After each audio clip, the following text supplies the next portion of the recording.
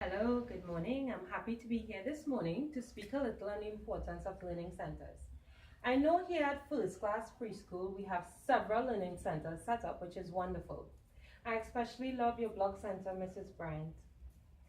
I want to begin by touching a little on statutory requirements. Trinidad and Tobago laws regarding ECCE facilities states that an environment must be created for young children where learning opportunities are present to support all domains of development, as well as build on their communication skills while supporting their need for discovery and exploration. Our National Curriculum Guide states that by providing learning centers, effective learning environments can be created. But first we need to know what a learning center is. Learning centers are really just specific activities placed in specific locations throughout the classroom to encourage learning through exploration by the children. The design of the room is intended to stimulate children's innate curiosity to learn about their world. In other words, the goal of a learning center is to allow children to learn in the way they learn best, and that is through play. This is best done in small groups. Setting up learning centers. The classroom size, theme, or play must be considered when setting up learning centers. Consideration must be given to what activities takes place in each center. This should be determined to ensure that you do not put a center that is active and loud next to a quiet center. Make sure there is a natural flow from one center to the other. Let's also keep in mind the messy activities as in the art center and water table. These should be set up on floors that can easily be cleaned. The library and block centers can be set up on a carpeted area as it is comfortable for the children to sit and reduces the noise of falling blocks. The science center should be placed at a window to let in light for plants to grow. Knowing what skills you want the children to learn is also very important. For instance, you might want the children to learn about their world through their senses. In this case, you should do a sensory center. During planning, it is also important to have an open mind because a diverse set of individuals will be using these centers. As such, the timid, talkative, big, small, and gender must be considered in order to attract and satisfy all users. Centers should encourage children to independently explore and discover while creating a safe, comfortable learning environment. Centers should be well stocked with a variety of the needed materials that is sufficient for the children to execute their plans comfortably. Picture labels are good to use to identify the learning center. They help the children to recognize what happens where. Health and safety must be considered during setting up. 1.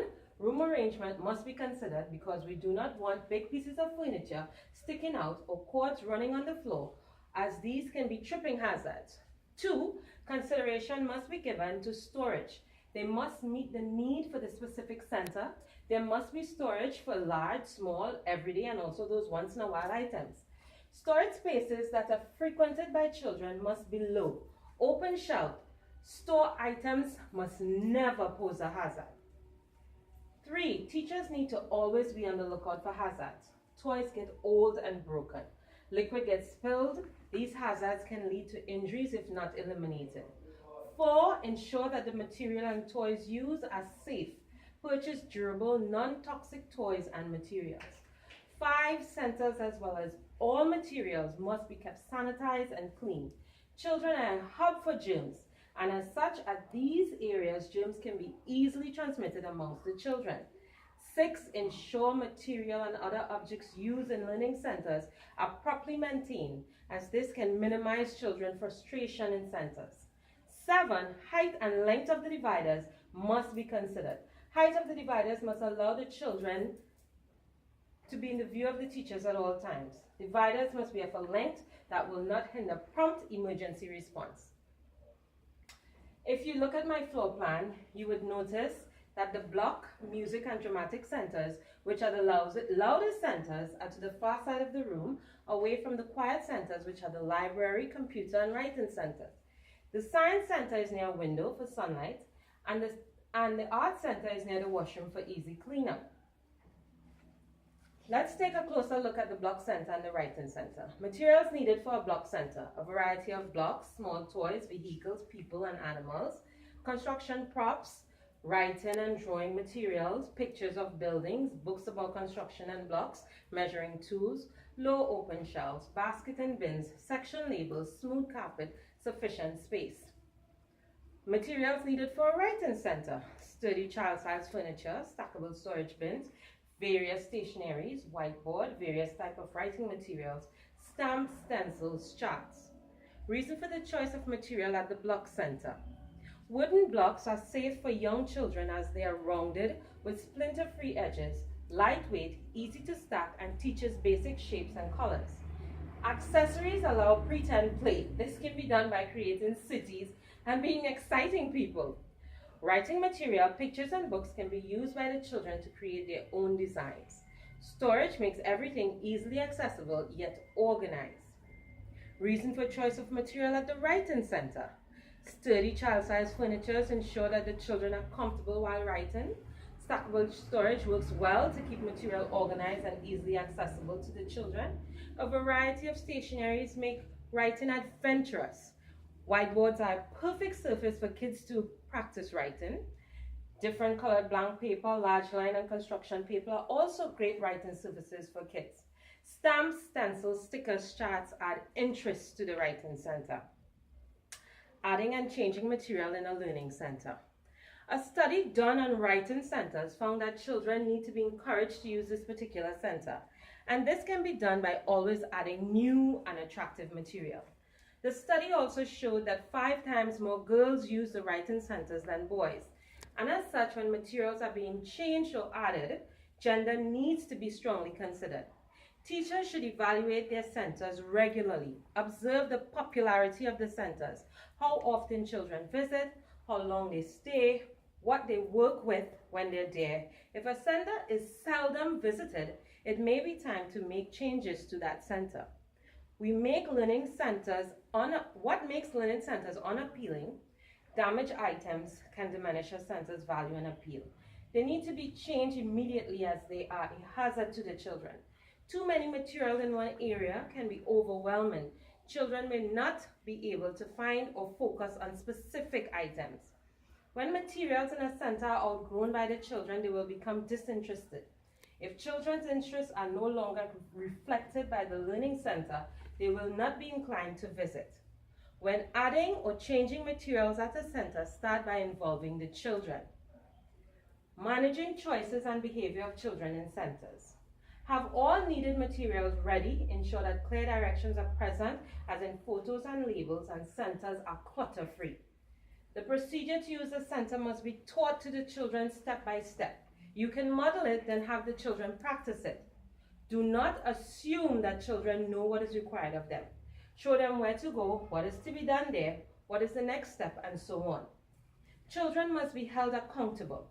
When children know that you will review their work or that there would be a presentation on their work later, most likely they would stay on task. Avoid large groups at centers. Offer a variety of open-ended materials, as it reduces children's frustration owing to their variety of uses. Children should always have sufficient space to move around without bumping into each other and objects. When there is conflict, the teacher should approach the children quickly and calmly to stop hurtful and unsafe behavior right away. Children should not be left to choose the same center again and again. Teachers have to ensure that the choices children make at these centers holistically meets their developmental needs. A free selection system can give the children the chance to choose what activities they want to work with. A free play chart can be used to monitor the choices the children make. Gently redirecting children to a center they have not visited in a while to encourage interest in that center. To help with choice and behavior, a teacher must know their children's developmental needs. What children learn at centers? Cognitively, problem-solving abilities, reasoning skills, mathematical concepts, their vocabulary increases, they learn to classify things through sorting and counting, associate print with reading and practice left to right progression in reading. Socially, children learn to cooperate and follow rules. They learn to communicate their ideas, they know how to be responsible, how to be leaders and team players, and to appreciate their peers' ideas. Emotionally, children show pride when they complete something. They learn to express themselves. They have a sense of confidence. Right? They also enjoy being independent. Physically, their muscles become strong. They learn to control their large muscles. Small muscles are improved. Children develop hand and eye coordination. Now that we are reminded of the importance of learning centers, and here at First Class Preschool, we already have wonderful learning centers. With some small adjustments, we can fully utilize these most useful educational areas. This brings me to the end of my presentation, and I hope you are more enlightened on the importance of Learning Center. Thank you for your time.